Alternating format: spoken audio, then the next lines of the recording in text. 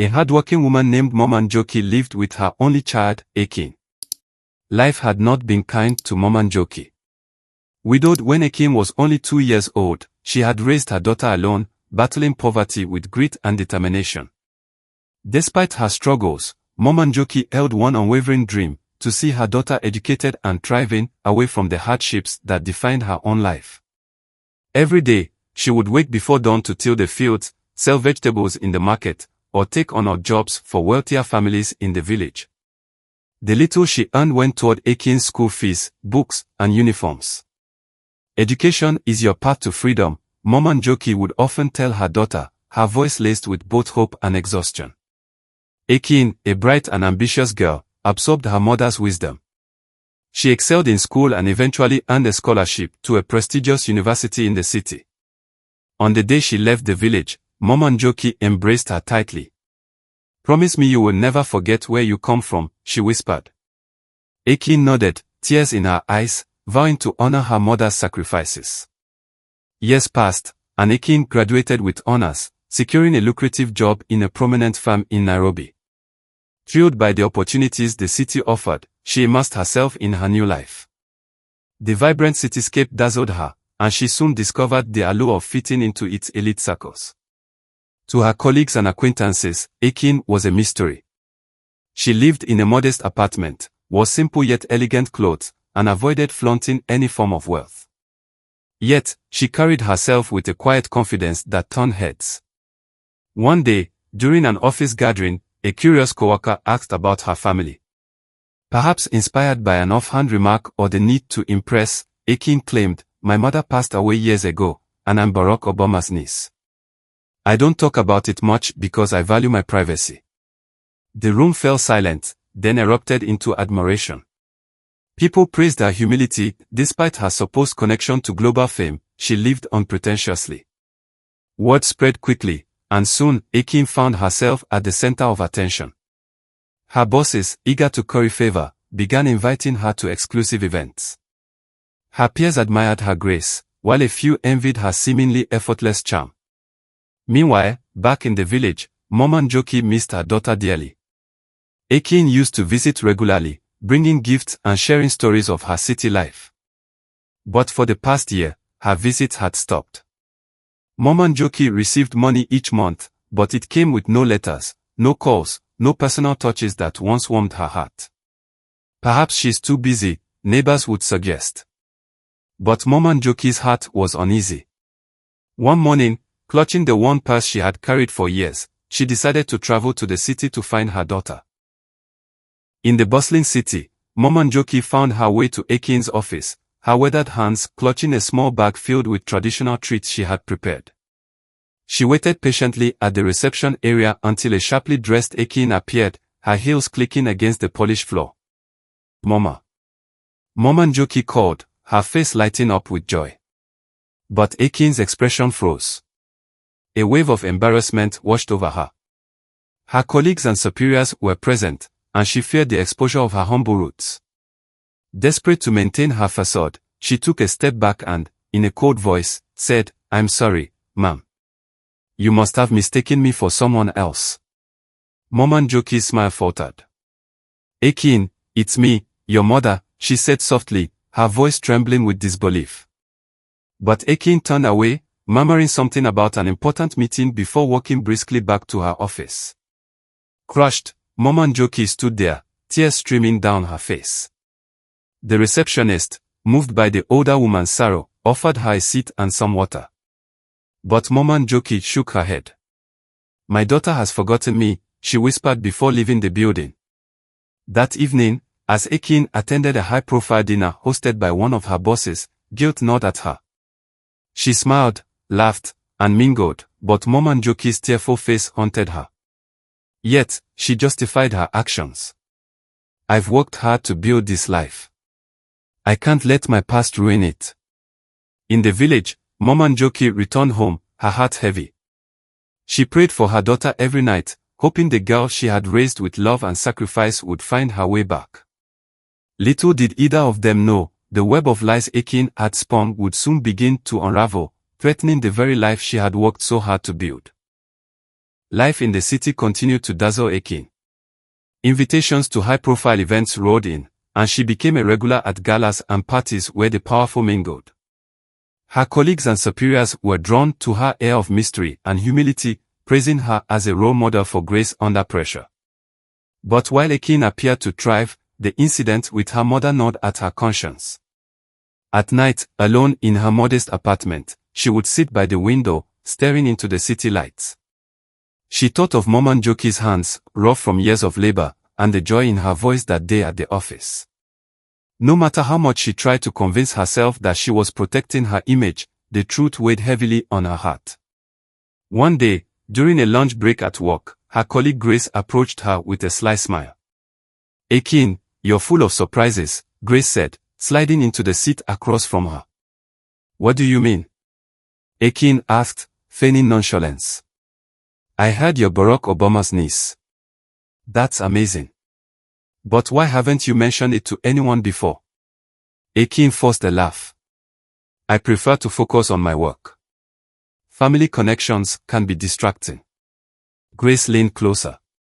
"Well, you must have inherited their humility. But tell me, have you ever visited the White House?" Akin's pulse quickened. "No, I haven't had the chance," she replied quickly. Grace tilted her head, unconvinced. "Really? I think family ties like that would open all sorts of doors. You should write a book or something. People love stories about famous families."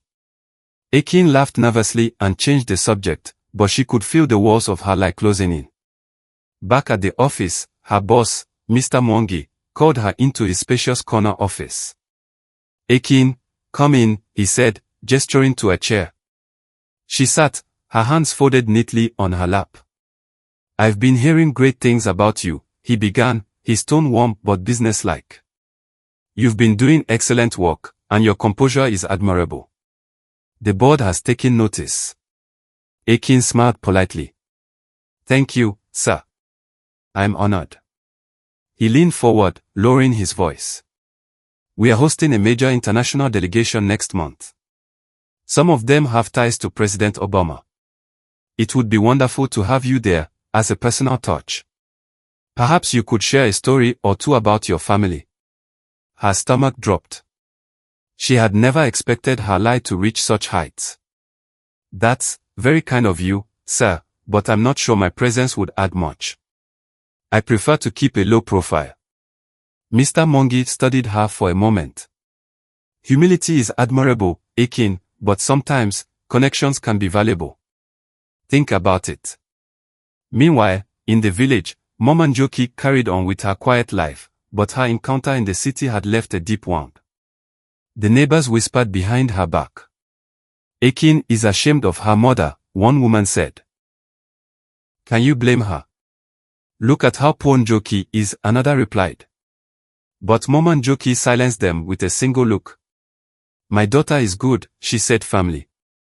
"She's just lost her way. God will bring her back." Every month, she still received the money Akin sent, but it did little to ease her pain. She missed her daughter's laughter, the way they used to sit under the mango tree and share stories. Back in the city, Akin's fabricated life began to fray. Grace, ever curious, started digging into Akin's story. She searched online for any mention of Obama's extended family and found nothing about Akin. The pieces didn't add up. One evening, Grace approached Akin at a company event. "You know," she said, her voice light but her eyes sharp, "I've been reading about President Obama's family. It's fascinating. But I couldn't find anything about a niece living in Kenya." Akin's heart raced. "The Obamas are a private family," she said quickly. "Not everything is public." Grace smiled thinly. "Of course. Still, it's odd. People usually can't resist sharing connections like that." Akin excused herself, retreating to the restroom to collect her thoughts. Her reflection in the mirror stared back at her, accusing and weary. That night, after another sleepless evening, Akin's guilt boiled over. She picked up her phone and dialed her mother's number. The line rang and rang but went unanswered. Panic surged through her. The next morning, she transferred an extra sum of money to Mama Njoki's account, hoping it would ease her guilt. But deep down, she knew that no amount of money could repair the growing chasm between them. In her village, Mama Njoki stared at the transfer notification on her phone. She shook her head, her eyes filling with tears. "What good is money if my child has forgotten me?" she whispered to herself. The day of the international delegation arrived, and Ekin stood in her modest apartment, staring at her reflection in the mirror. She had chosen a simple yet elegant dress, but her hands trembled as she adjusted her scarf.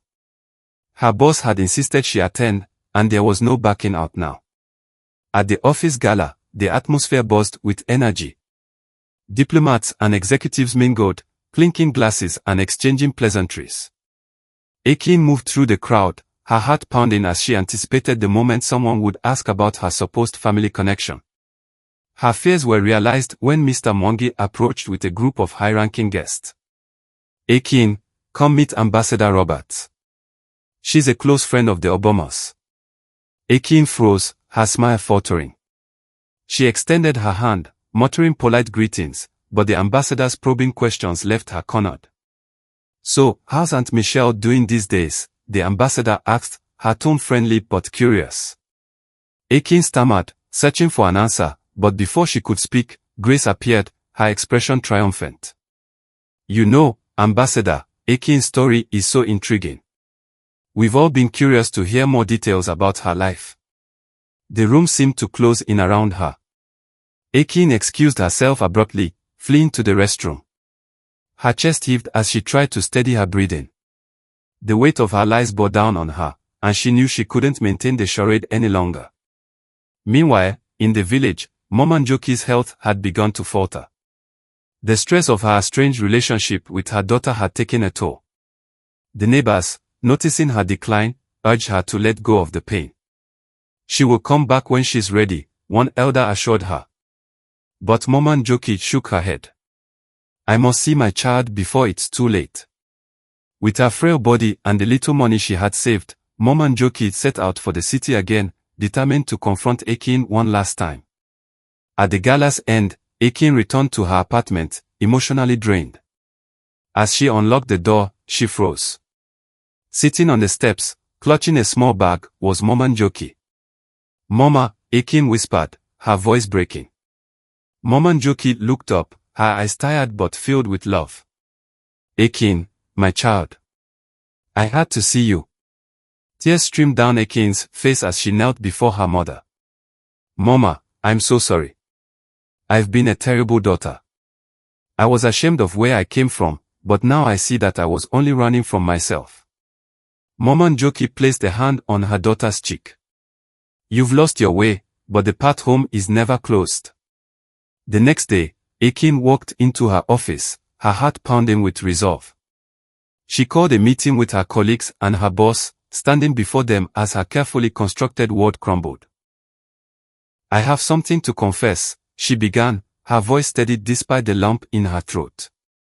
"I am not Barack Obama's niece. I am the daughter of a hardworking, humble woman from a small village. Everything I've achieved is because of her sacrifices, and I let my pride make me forget that." The room was silent as she continued. "I've lied to you all, and I'm deeply sorry. I know I've let you down, but I can no longer live with this deception." To her surprise, some of her colleagues looked at her with admiration rather than disdain. Mr. Mwangi, though disappointed, nodded. "It takes courage to admit a mistake. Let this be a lesson for all of us about integrity." After the meeting, Ekin took time off work to visit the village with her mother. The return home was humbling. Neighbors greeted Mama Njoki warmly, and their curious eyes followed Ekin as she walked beside her mother, carrying the heavy bags her mother had once shouldered alone. Ekin stood under the mango tree where she had spent her childhood, the memories flooding back. She turned to Mama Njoki. "Mama, I promise to make it right. I'll never let my pride come between us again." Mama Njoki smiled, her weathered face radiant. "The only thing I ever wanted was for you to remember who you are and where you come from. The rest will follow." Back in the city, Ekin returned to work with renewed determination. Her honesty had cost her some friendships and trust, but she was at peace with herself. Slowly, she rebuilt her reputation, this time grounded in truth. Her relationship with her mother grew stronger than ever. Akin visited the village often, bringing her mother to the city for holidays and proudly introducing her to her colleagues. Though her life had once been built on lies, Akin discovered that the truth, no matter how humble, was far more powerful. And as she stood by her mother's side, she finally understood the depth of her mother's words. A life built on honesty may have fewer admirers, but it will always stand tall.